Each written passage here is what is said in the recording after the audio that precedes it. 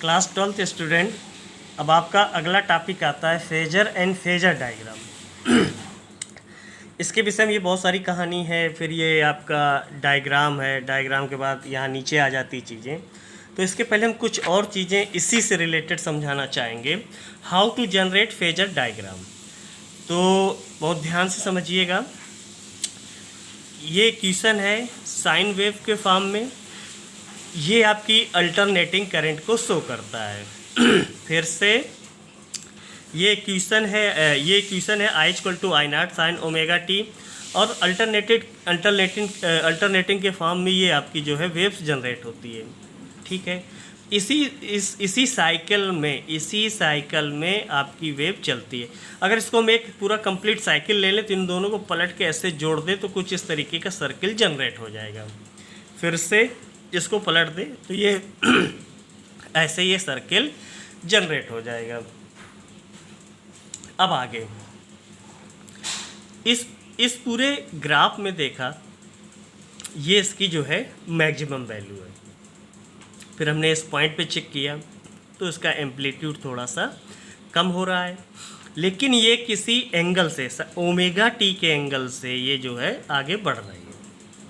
इसको क्या किए हम, इसको अगर हमें इस डायग्राम को कुछ इस तरीके से रिप्रेजेंट करना पड़े तो ये हमने डॉट डॉट लाइन खींच दी, दिख रहा होगा पेंसिल से किया है, इसको डॉट डॉट किया।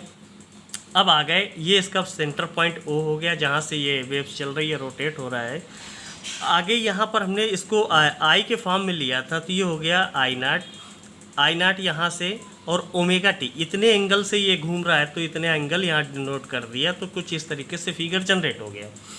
अगर हम आई की जगह अगर हम आई की जगह वी कंसीडर करें, V equal to V naught sine omega T, और कर्व बड़ा ना लेकर के छोटा, मतलब एम्पलीट्यूड छोटा ले लें और एंगल वही रखें।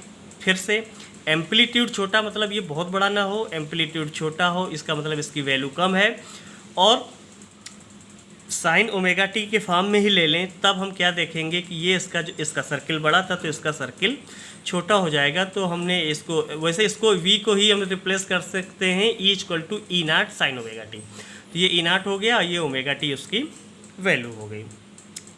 अब तो ये क्या हुआ कि अगर हम इन दोनों को मिला दें तो ये जो जनरेट होगा वो फेजर डायग्राम जनरेट होगा। ठीक है, ध्यान देना, अगर इन दोनों को मिला दें तो जो जनरेट होगा वो फेजर डायग्राम जनरेट होगा। तो अगर हमें कहीं इक्वेशंस मिल जाती हैं, फिर से देखो, अगर हमें कहीं इक्वेशन मिल जाती हैं V equal to V naught sine omega T plus 45, और फिर मिल जाता है I equal to I naught sine omega T plus 45, यहाँ माइनस 45 मिल जाता है, तो इसका मतलब क्या हुआ कि जो v का कर्व आएगा इस तरीके से, एक एक्सेस ले ली, यहाँ से 45 दिखा दिया, ये प्लस में था, इस प्लस से जब नीचे जाएंगे तो ये आपका माइनस 45 को शो करेगा। यहाँ पर देखा क्या कि जो वोल्टेज है, जो v है, वो करंट से 90 डिग्री आगे चल रही है, या फिर v जो है इससे लीड कर रहा है और I जो है इससे लेग कर रहा है। देखो, ये रीड करने का मेथड है, इसको स्टडी करने का मेथड है कि अगर हम यहाँ से कंसीडर करें तो ये कहेंगे कि इस एक्सेस से जो वोल्टेज है वो 45 डिग्री से इस पे लीड कर रहा है, इस एक्सेस से जो करंट है वो 45 डिग्री पे लेग कर रहा है।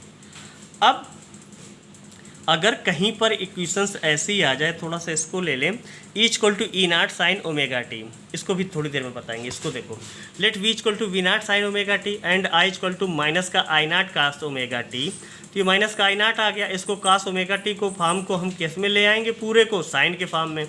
तो कास्ट ओमेगा टी को लिख सकते हैं sine pi by two minus omega T. अब माइनस को एंट्री कराई तो I naught sine omega t minus pi by two. मतलब क्या हुआ, जो वोल्टेज है आपका V naught sine omega t चल रहा है, जो I equal to I naught sine omega t minus का पाई बाई टू चल रहा है।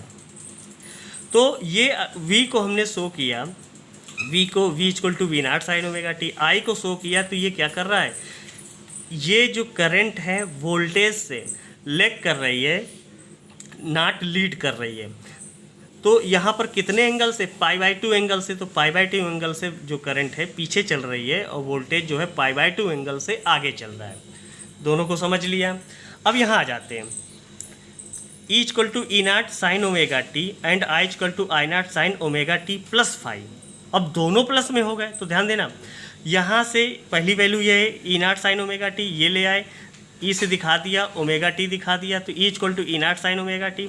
अब आई पे आ गए, आई क्या था, ओमेगा टी प्लस फाइव है, तो ओमेगा टी से plus five, I equal to I naught sine omega T plus five. अब इसको रीड क्या करेंगे कि जो करंट है वो वोल्टेज से, करंट जो है इससे जो है फाई एंगल आगे चल रहा है।